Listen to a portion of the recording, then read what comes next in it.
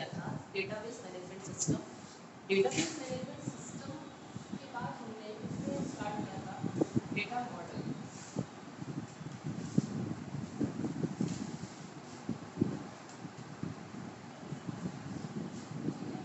सबसे पहले हमने ये देखा था कि डेटाबेस मैनेजमेंट सिस्टम क्या होता है।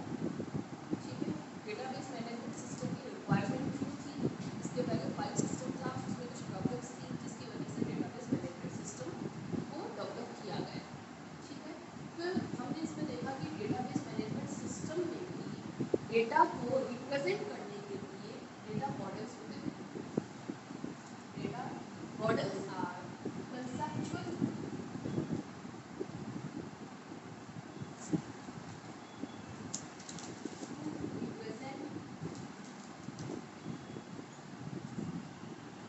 data and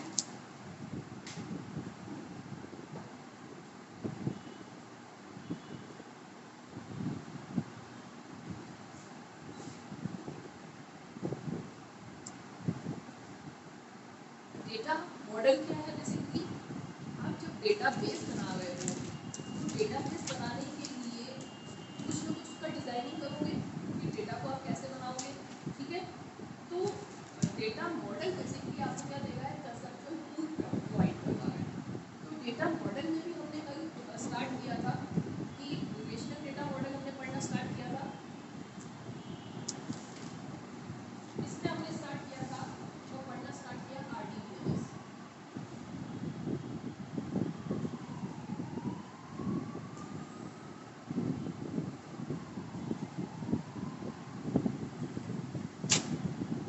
हमने इसमें पढ़ना स्टार्ट किया था relational data model. Relational data model में सारे डेटा को टेबल फॉर्मेट में दिखाया जाता है।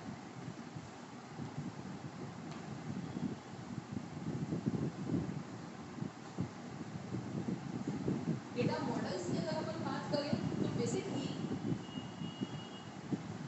चार तरीके के 4 टाइप्स, 4 तरीके के डेटा मॉडल काम में दिए जा रहे हैं। रिलेशनल डेटा मॉडल, नेक्स्ट है एंटिटी,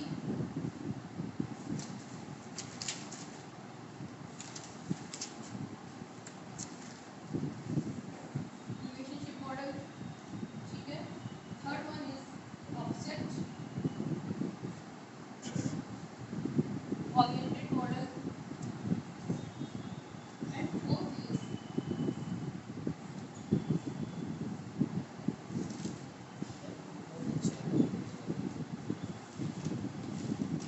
नो एसक्यूएल दे रखा है क्या, no SQL technology latest technology है।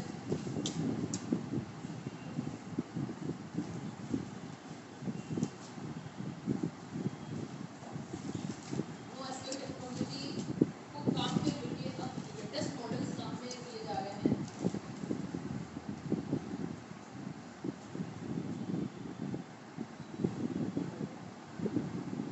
वही बुक्स होती थी इसमें देखो।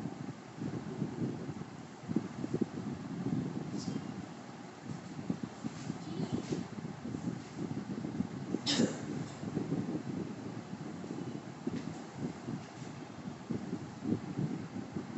सबसे ज्यादा काम में आने वाला मॉडल है रिलेशनल डेटा मॉडल। और अब जो लेटेस्ट काम में आ रहा है इस समय वो आ रहा है नो एसक्यूएल टेक्नोलॉजी को काम में लेके डेटा को रिप्रेजेंट किया जा रहा है। ठीक है, इसको भी अपन देखेंगे, इन सारे मॉडल्स को देखेंगे और सबसे ज़्यादा कंपैरिजन इसमें किया जाता है रिलेशनल डेटा मॉडल में और नो एसक्यूएल टेक्नोलॉजी में किया जाता है।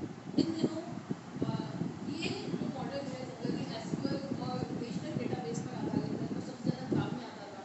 अब नेक्स्ट इस जनरेशन में फेसबुक हो गया, गूगल हो गया, इसमें नो एसक्यूएल टेक्नोलॉजी काम में ली जा रही है। उसको अपन देखेंगे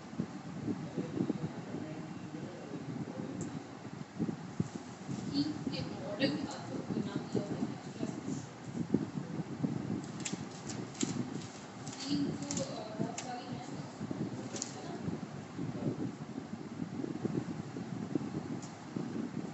ठीक है, ठीक है कंसेप्ट आपका जब ठीक पढ़ेंगे आप उसमें समझाओगे। ठीक है,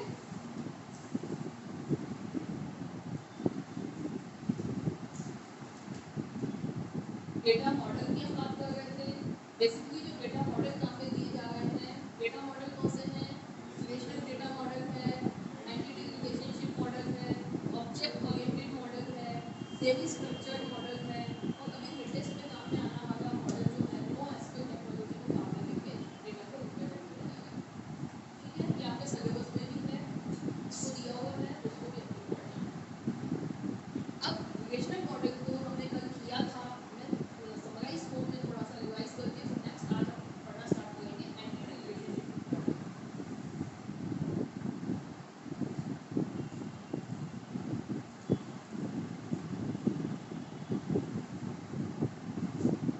रिलेशनल मॉडल में आप सारे जो भी डेटा को रिप्रेजेंट करते हो वो आप रिप्रेजेंट करते हो collection of tables. Relational model में आपका जितना भी डेटा है वो कलेक्शन ऑफ टेबल्स से रिप्रेजेंट किया जाता है। इसका एग्जांपल मैंने कर दिया था, हमने बैंक एंटरप्राइज हम लेंगे,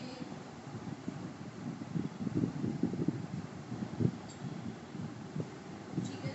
इसके सारे डेटाबेस को अगर मुझे रिप्रेजेंट करना है, इसके डेटाबेस को अगर मुझे रिप्रेजेंट करना है तो मैंने एग्जांपल के लिए इसके लिए मैंने टेबल्स जो बनाई थी,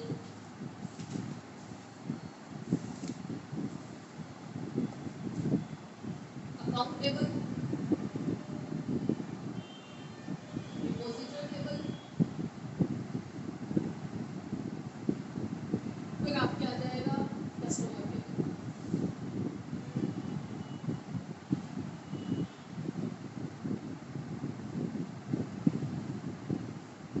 ठीक है, अगर इसी बैंक डेटाबेस को और अपन बढ़ाना चाहें तो अकाउंट टेबल में क्या रहेगा, आपके अकाउंट नंबर,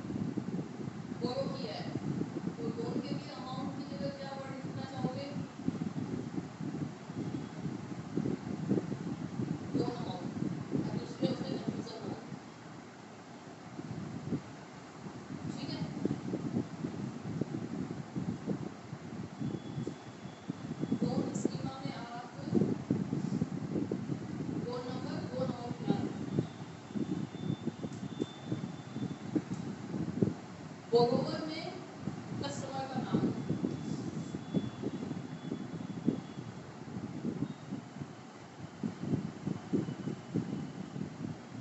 अब आप ये बताओ, एक बैंक स्कीमा में ये सारा कनेक्शन बैठ जाएगा क्या?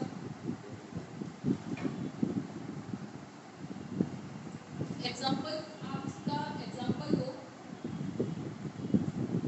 इस टेबल में इन 3 टेबल को या कस्टमर और बोरोवर 3 टेबल में आप 5-5 एंट्री कीजिए रिलेशनल डेटाबेस में। एक टेबल बनाइए, कस्टमर नेम डालिए, ठीक है। कस्टमर नेम में चाहो तो आप एबीसीडी डाल दो या नाम हो सोना जो भी डालना है, ठीक है। ताकि आपको पता चले कि एक डेटाबेस से दूसरे डेटाबेस का कनेक्शन कैसे होता है। कनेक्शन के बाद अपन को एक्चुअली इसी पे अपन को क्या पढ़ना पड़ेगा, एसक्यूएल पढ़नी पड़ेगी, structured query language. Structured query language में जैसे मैं बनाऊं टेबल या आप बना दोगे? टेबल्स कल बनवाई थी मैंने।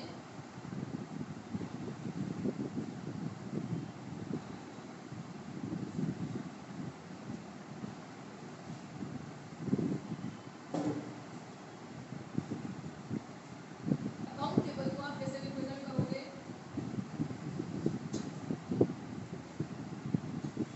अकाउंट टेबल में क्या क्या है? अकाउंट नंबर, फिर क्या दे रखा है? अमाउंट, और फिर क्या दे रखा है? Branch name.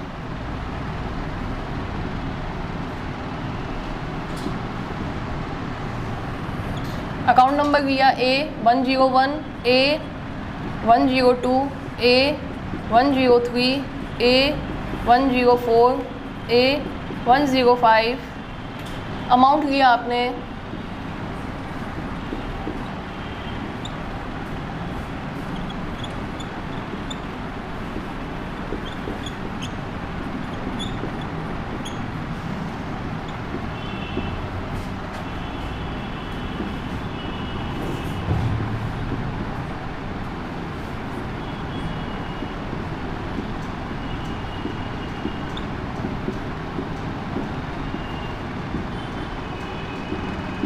हम अज्यूम कर रहे हैं कि ये सारा डेटाबेस पीएनबी का है और पीएनबी की एक सिटी में बहुत सारी ब्रांचेस हैं, है ना। तो अपन ये मेंटेन कर रहे हैं कि पीएनबी की मानसरोवर वाली ब्रांच है, बनी पार्क वाली ब्रांच है ना।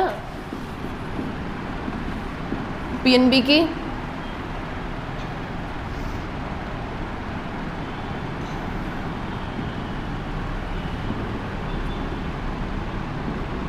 चौराहा वाली ब्रांच है। और नाम बताओ, जयपुर की सिटी के लोकेशंस के नाम बताओ। और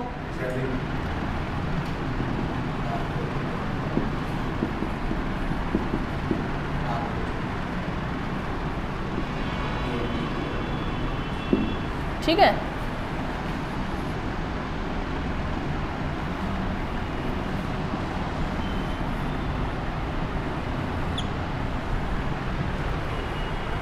इसको हम क्या कहते हैं, क्या कह जाएगा ये? एट्रीब्यूट।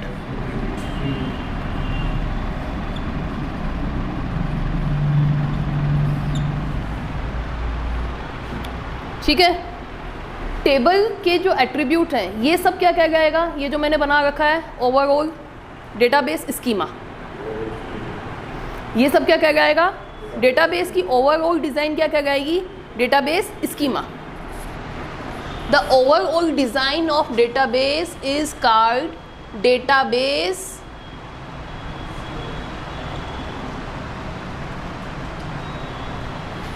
schema। शाही कर दो इसमें और एक और भी दिया था, भर के दो।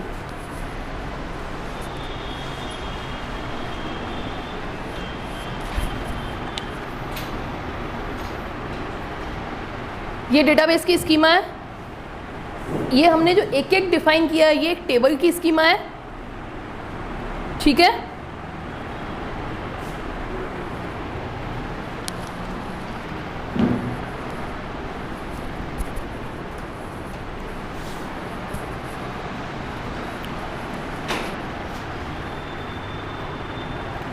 ये एट्रीब्यूट्स हुए, ठीक है। एट्रीब्यूट में पॉसिबल वैल्यूज को आप क्या कहोगे? जितनी भी सेट ऑफ पॉसिबल वैल्यूज हैं,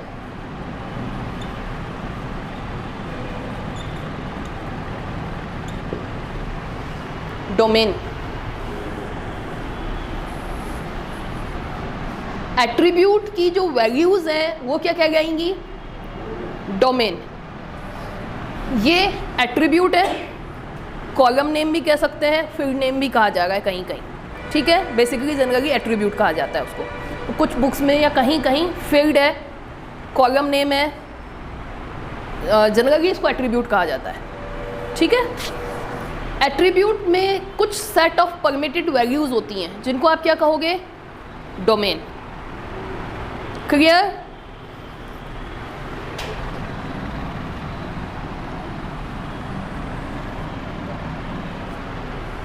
यहाँ पर एक रिकॉर्ड को रिप्रेजेंट किया जा रहा है।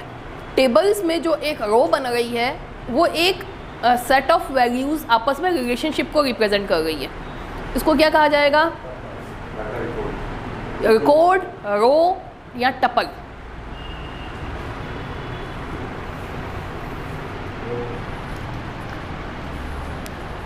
क्या कहा जाएगा? रिकॉर्ड, रो या टपल। ये एक रो है, रो कॉलम तो आप समझते ही हो। रो कॉलम अगर कह दिया जाता है तो कंफ्यूजन होना नहीं है। ये एक रो है, ये कॉलम है। टेबल फॉर्मेट में अपन टेबल बनाते हैं, रो कॉलम तो जानते ही हैं, क्योंकि टेबल बन गई है और मैथमेटिकल टेबल फॉर्मेट से ये बहुत क्लोजली रिलेटेड है, इसलिए इसको कहीं कहीं रो एंड कॉलम कहा जा रहा है, ठीक है। रिलेशनशिप की इसकी लैंग्वेज में अगर हम कहें तो इसको हम कह रहे हैं एट्रीब्यूट, है ना, या फील्ड नेम, ठीक है। हर कॉलम का एक एट्रीब्यूट है या फील्ड नेम है, हमेशा यूनिक नाम दिया जाएगा उसको, टेबल का यूनिक नाम दिया जाएगा। इसमें आप जो वैल्यूज़ डालोगे हमेशा उसमें सेट ऑफ परमिटेड वैल्यूज़ होंगी। एट्रीब्यूट में आप हमेशा जो वैल्यूज़ डालोगे वो क्या होंगी? Set of permitted values. मतलब अकाउंट नंबर ही डाले जा सकते हैं इसमें। अकाउंट नंबर का भी कोई फिक्स फॉर्मेट है तो उसी फॉर्मेट में डाला जा सकता है, ठीक है। जैसे इसमें अकाउंट नंबर लिखा हुआ है तो आप इसमें अनीता नहीं लिख सकते, सिद्धम नहीं लिख सकते, कंप्यूटर नहीं लिख सकते। कुछ सेट ऑफ परमिटेड वैल्यूज़ हैं, अकाउंट नंबर के फॉर्मेट में अकाउंट नंबर ही डाले जा सकते हैं इसमें, जिसको हम क्या कहेंगे? सेट ऑफ परमिटेड वैल्यूज़ को क्या कहा जाएगा? टेक्निकली डोमेन कहा जाएगा। अब इस जगह पे अगर हम इसको कहें, ये है जो एट्रीब्यूट फर्स्ट है, इस एट्रीब्यूट फर्स्ट में क्या क्या डाला जा सकता है? डोमेन D1 डाला जा सकता है, सेट ऑफ परमिटेड वैल्यूज हो सकती हैं। इसमें क्या डाला जा सकता है? डोमेन, जितने भी डोमेन पॉसिबल है उसको अपन किससे रिप्रेजेंट कर रहे हैं? D1 से। इसको किससे रिप्रेजेंट कर रहे हैं? D2 से। इसको रिप्रेजेंट कर रहे हैं D3 से। अब इनको अगर अपन मल्टीप्लाई करें तो ये जो रिलेशन बन रहा है, मल्टीप्लाई करने का मतलब मल्टीप्लाई करना नहीं, पॉसिबल कॉम्बिनेशंस बनाओ।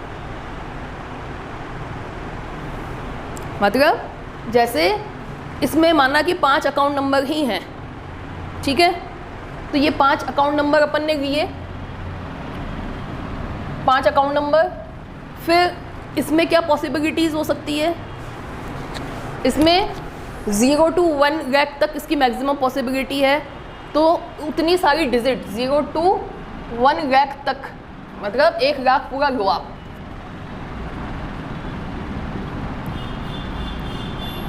ठीक है। अब टोटल 5 ब्रांच हो सकती हैं, ठीक है।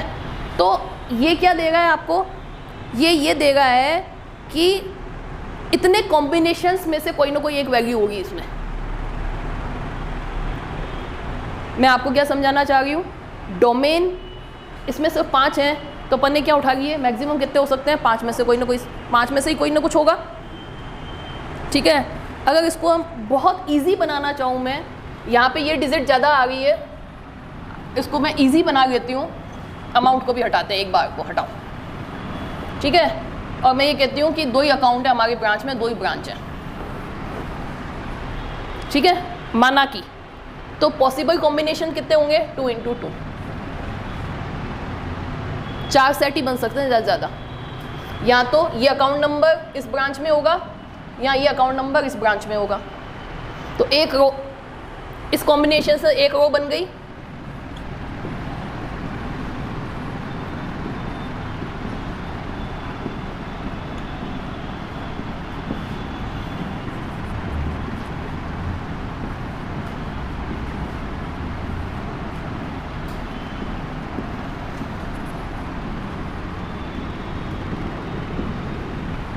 ठीक है।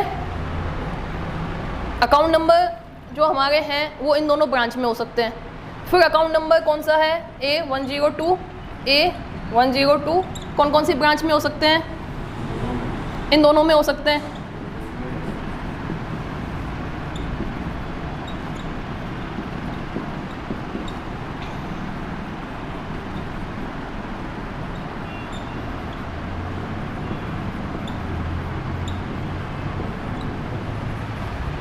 ठीक है, तो अब मैं ये क्या कहना चाह रही हूँ, एक फील्ड है हमारे पास, इसमें सेट ऑफ परमिटेड वैल्यूज़ हैं जिसको हम कह रहे हैं डोमेन।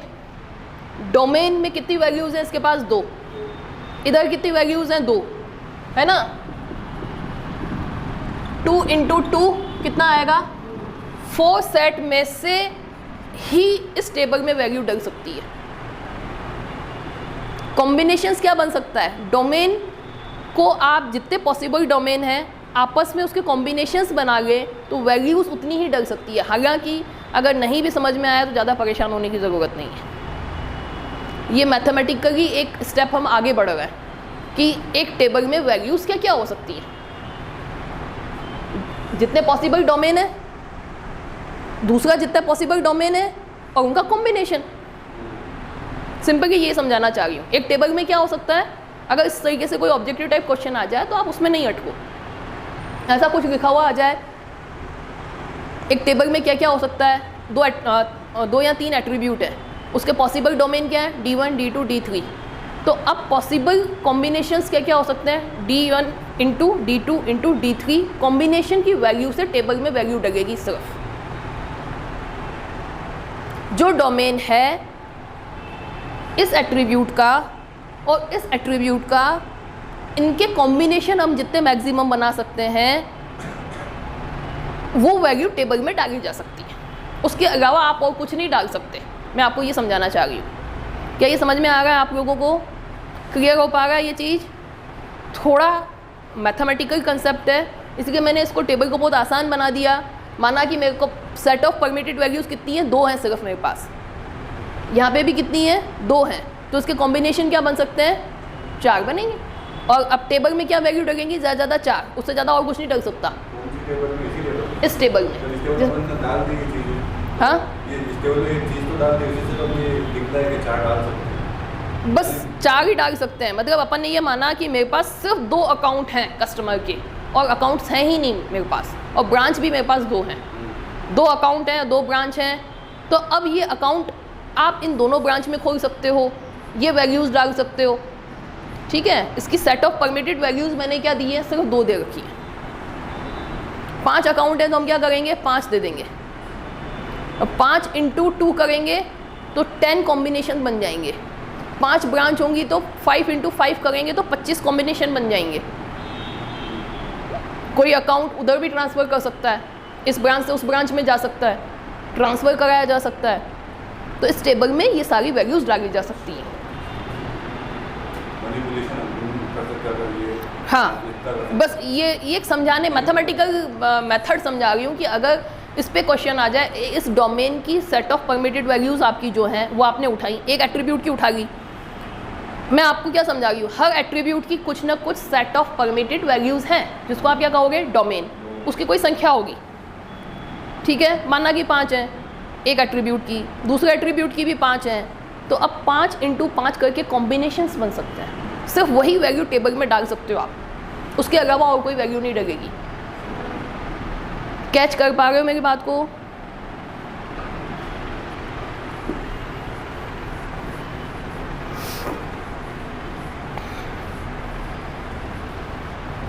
तो कंसेप्ट क्या क्या पढ़े अपन ने रिलेशनल टेबल में, मुझे रिवाइज करके बताओ।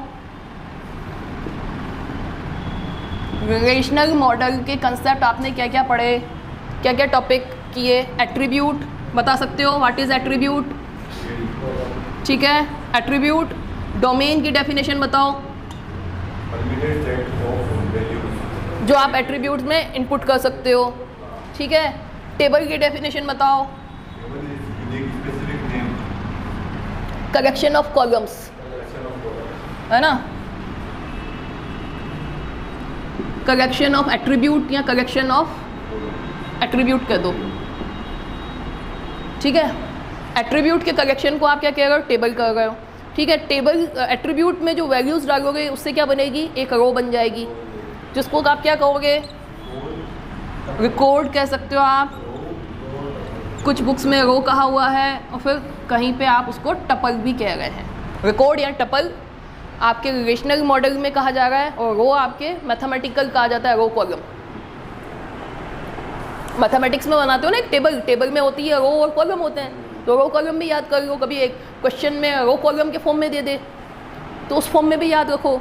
और हम डेटाबेस के टेक्निकल लैंग्वेज में कहें तो एक ये किसको रिप्रेजेंट करेगा? एक रिकॉर्ड को, और इसी को कहीं कहीं टपल कहा जा रहा है। ठीक है, relational model clear, domain clear. एक टेबल में वैल्यूज़ क्या हो सकती हैं? डोमेन के पॉसिबल कॉम्बिनेशंस। एक टेबल में, एक रिलेशन में वैल्यूज़ क्या आप इनपुट कर सकते हो?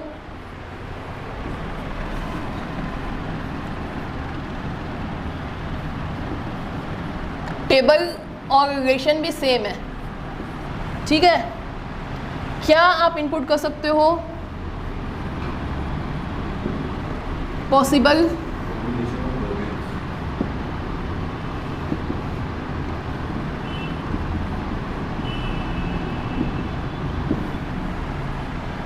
ठीक है, पॉसिबल कॉम्बिनेशंस कैसे बनेंगे? सपोज एक एट्रीब्यूट है D1, उसमें D1 एट्रीब्यूट है, कोई फील्ड का नाम है, उसमें क्या क्या पॉसिबिलिटीज़ हैं? D1 से, डोमेन से अपन रिप्रेजेंट कर रहे हैं। दूसरा एट्रीब्यूट है, उसके हम किससे रिप्रेजेंट कर रहे हैं? D2 से। तो इससे पॉसिबल कॉम्बिनेशंस बन जाएंगे, है ना? क्लियर? ये हो गया आपका रिलेशनल मॉडल। अब नेक्स्ट आ जाते हैं हम, की पढ़ा देती हूँ, एंटिटी कल पढ़ाएंगे अपन, है ना? इसी पे अपन उसको समझ लेते हैं कीज़ क्या होती हैं। कीज़ का कंसेप्ट मैंने कल स्टार्ट किया था, उसी को कंप्लीट कर लेते हैं। ये डेटाबेस का कंसेप्ट समझ में आ रहा है, टेबल्स का कंसेप्ट समझ में आ रहा है, क्योंकि सारा कंसेप्ट अब इसी पे ही बेस होके आपको आगे समझना है। जितने भी मॉडल्स अगर आप आगे पढ़ोगे तो इसी टेबल बेस पे आपको समझ में आना चाहिए कि क्या कनेक्शन हो रहा है। एसक्यूएल पढ़ोगे तो इसके बेस पे होगा। सपोज एक एग्जांपल लो, एसक्यूएल तो अलग चीज़ है। एसक्यूएल से क्या होगा कि आप क्वेरीज से आंसर निकाल पाओगे। आपके पास ये टेबल्स बनी हुई है, ठीक है? क्वेश्चन दिया जाएगा,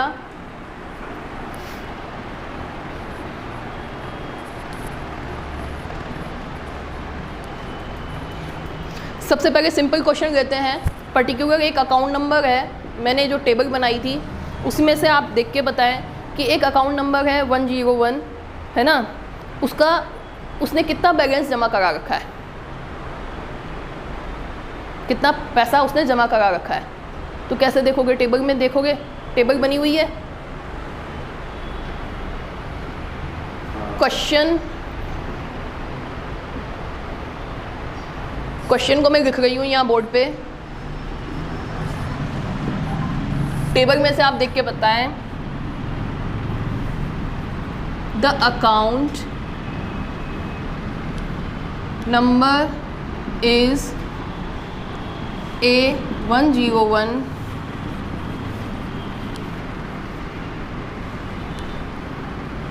how much balance it have, in account. Table बनाई थी हमने, अब क्या चेक करके बता सकते हैं आप उसमें कितना बैलेंस था? 10,000। जो मैंने टेबल बनाई थी उसमें दे रखा ना बैलेंस। तो इस तरीके से अगर क्वेश्चन पूछे जाएंगे, ये क्वेश्चन हम करेंगे एसक्यूएल में। एसक्यूएल में टेबल से क्वेश्चंस कैसे आंसर, क्वेरी कैसे निकाली जाएगी, लेकिन आपको कंसेप्चुअली टेबल में समझ में भी आना चाहिए कि मैं क्या चाह रही हूँ, किस टेबल में से आंसर है। अब ये तो सिर्फ एक ही टेबल में से आंसर है। अब आप इसमें एक स्टेप आगे बढ़े।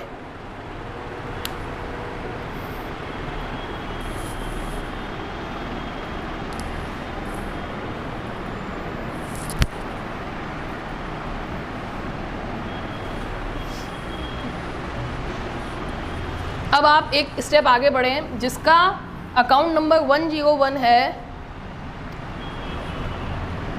The account number is 101 of a customer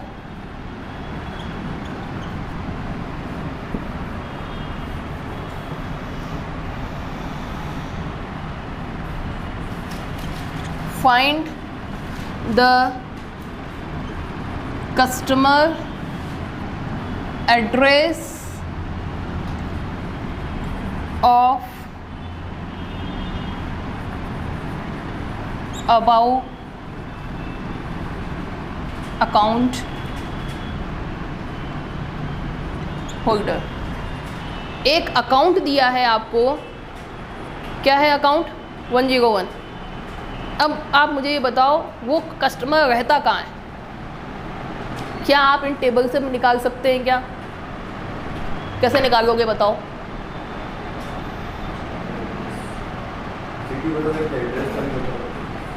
हाँ, एड्रेस लिखा हुआ तो है, कस्टमर एड्रेस।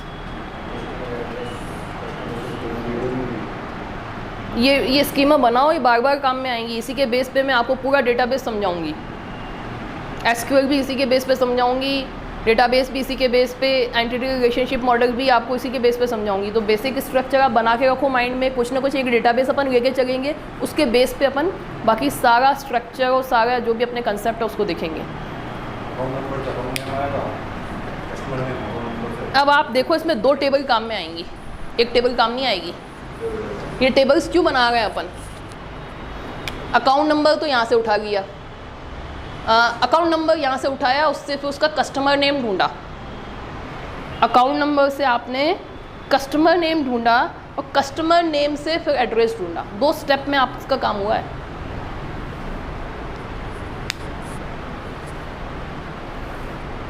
कैच कर पा रहे हो क्या बात को? अगर अकाउंट नंबर है मेरे पास और मैं एड्रेस ढूंढना चाहती हूँ, तो क्या इसमें बीच में क्या ब्रिज क्या बनेगा? कनेक्शन किससे होगा? किससे कनेक्शन होगा? दो टेबल में कनेक्शन किससे हो रहा है? अकाउंट, ये तो यहाँ तो अपना एड्रेस है ही नहीं और कस्टमर नेम भी नहीं है, इसको तो छोड़ो, ठीक है। ये तो पहले वाले क्वेश्चन में काम आया था जब आपने अकाउंट नंबर पूछा था, उसका अमाउंट पूछा था आपने, ठीक है, कि अकाउंट नंबर में उसका बैलेंस क्या है, कितना उसने पैसा जमा करा रखा है, ये बता दो आप। तो आपने अकाउंट नंबर से आपने इसी टेबल में जाके उसके साथ देख लिया कि क्या बैलेंस जमा करा रखा है। अब आपसे क्वेश्चन इस तरीके से पूछा गया है कि एक टेबल में तो है ही नहीं, एक टेबल में नहीं है, तो एक अकाउंट नंबर है। अकाउंट नंबर कौन से कस्टमर का है ये पता लग जाएगा क्या इस टेबल में? अब कस्टमर नेम पता लगा आपको। अब कस्टमर नेम पता लगा कि आपको क्या पता लगाना है? उसका एड्रेस क्या है। तो दो टेबल काम में आई। अब आप ये बताओ कि ये मैंने 5 टेबल अलग अलग क्यों बनाई? ये सब एक साथ ही कर देती, एक ही टेबल में सब मिल जाता, मुझे पूरी ब्रांच टेबल एक साथ ही बना देती, बैंक का झंझट ही खत्म। ऐसा भी तो कर सकते थे। ये आपके कंसेप्ट आएगा डेटाबेस डिज़ाइन में। आपके DBMS में एक कंसेप्ट दे रखा है डेटाबेस डिज़ाइन। तो आप ये 5 टेबल अलग अलग क्यों बना रहे हो? आप एक साथ भी तो बना सकते हो। बताओ क्यों बना रहे हैं हम? देखो इसमें बहुत सारी चीज़ें, कई बार ही क्या होगा, जैसे एक कस्टमर नेम है, इसके सपोज़ अपने पास 2 अकाउंट हैं, एक कस्टमर ने 2 अकाउंट खोले हुए हैं, या एक अकाउंट के कस्टमर होल्डर 2 या 3 हैं, ठीक है। तो जब आप एक टेबल बनाओगे और इनके एड्रेस वगैरह लिखोगे तो रिड्यूडेंसी हो जाएगी एक टेबल में। सपोज एक कस्टमर है,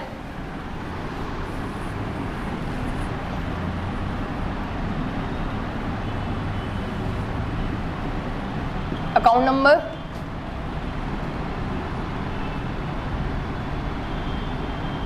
ब्रांच नेम दिया अपन ने, है ना, ब्रांच का एड्रेस दिया,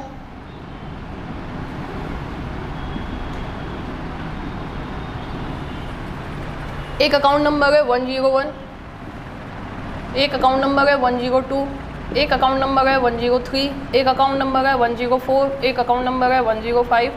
ये आपका पीएनबी ब्रांच में है, ठीक है। इसका एड्रेस मानसरोवर है।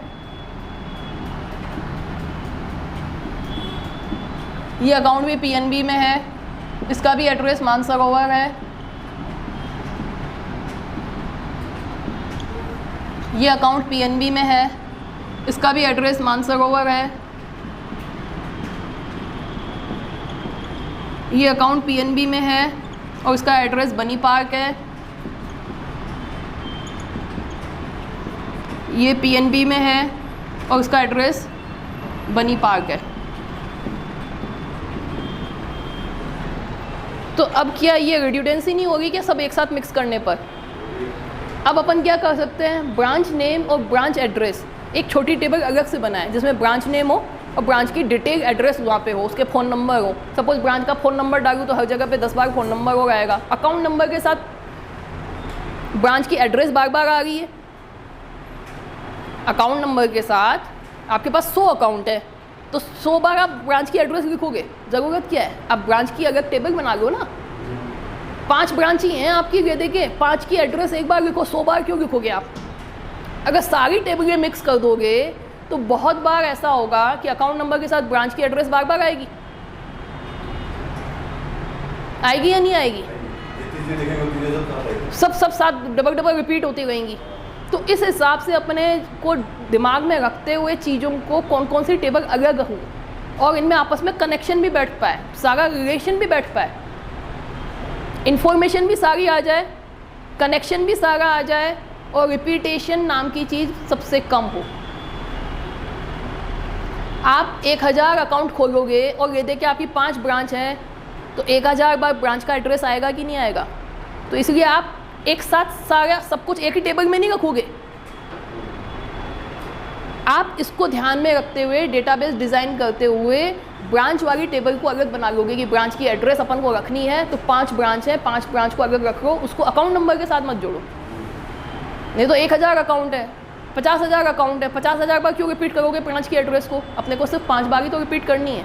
दूसरा, मैंने आपको ध्यान हो तो जब टिपिकल फाइल सिस्टम बताया था तो टिपिकल फाइल सिस्टम जो पहले हम काम में लेते थे तो जो इन्फॉर्मेशन रिपीट होगी तो वो इनकन्सिस्टेंट भी हो जाएगी। क्यों? एड्रेस या फ़ोन नंबर किसी ब्रांच का बदला, ठीक है, आपकी टेबल अलग से है, सिर्फ 5 रिकॉर्ड हैं उसमें, तो आपको एक बार आया है मानसरोवर, एक बार ही आएगा, ठीक है। उसका फ़ोन नंबर आपने बदलना है, फ़ोन नंबर बदल लिया। लेकिन अगर अकाउंट टेबल में आपने डाला 1000 बार रिपीट हो रहा है या 500 बार रिपीट हो रहा है तो फ़ोन नंबर 500 जगह पे बदलना पड़ेगा।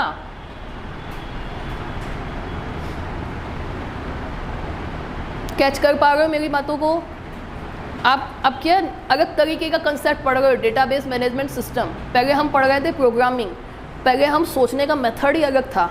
ये स्ट्रीम अलग तरीके से सोचने पे आपको मतलब इसको अलग तरीके से सोचना पड़ेगा। डेटाबेस डिज़ाइन कैसे करें, कनेक्टेड कैसे हो, इन्फॉर्मेशन कैसे आए, और इन्फॉर्मेशन आते वक्त रिड्यूडेंसी क्या होती है, इनकन्सिस्टेंसी क्या होती है, डेटा रिपीटेशन कम हो। हम क्या चाहते हैं? कम से कम समय में हमारे पास चीज़ आ जाए, है ना। यहाँ रिड्यूडेंसी की वजह से कंसेप्ट बताया था मैंने, repetition, due to repetition data में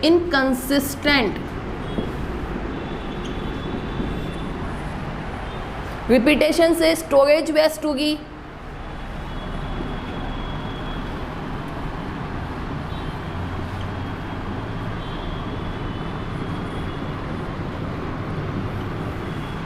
स्टोरेज स्पेस ज़्यादा नहीं आएगा क्या रिपीटेशन की वजह से। हम आप अपन 4-5 रिकॉर्ड्स के बारे में मत सोचो कि आपके पास हज़ारों में रिकॉर्ड है। बैंक डेटाबेस हज़ारों में होता है, तो हज़ारों में जब रिकॉर्ड होंगे आप रिपीटेशन करोगे तो उसका डेटाबेस में स्पेस कितनी ज़्यादा हार्ड डिस्क में कंज्यूम होगी। फिर जब आपका डेटा बहुत बड़ा है तो बहुत बड़े डेटा से जब आप क्वेरी करोगे तो उसमें टाइम भी ज़्यादा लगेगा। ठीक है, जब मैंने आपको स्टार्टिंग DBMS में आए थे तो तब मैंने आपको क्या बताया था, डेटाबेस मैनेजमेंट सिस्टम का डेवलपमेंट ही इसीलिए हुआ है कि स्पेस टाइम इफ़िशिएंटली आसानी से हो, ये रिड्यूडेंसी वाली प्रॉब्लम ना आए, है ना। तो अब जैसे मैंने क्वेरी करी कि अगर क्यों रखा, फिर हम सब साथ कर लेते ना, एक ही टेबल बना लेते, आसानी से आ जाता, आसानी से याद हो जाता। लेकिन स्टोरेज, रिड्यूडेंसी, इनकंसिस्टेंसी, ये सब आएगा कि नहीं आएगा साथ में।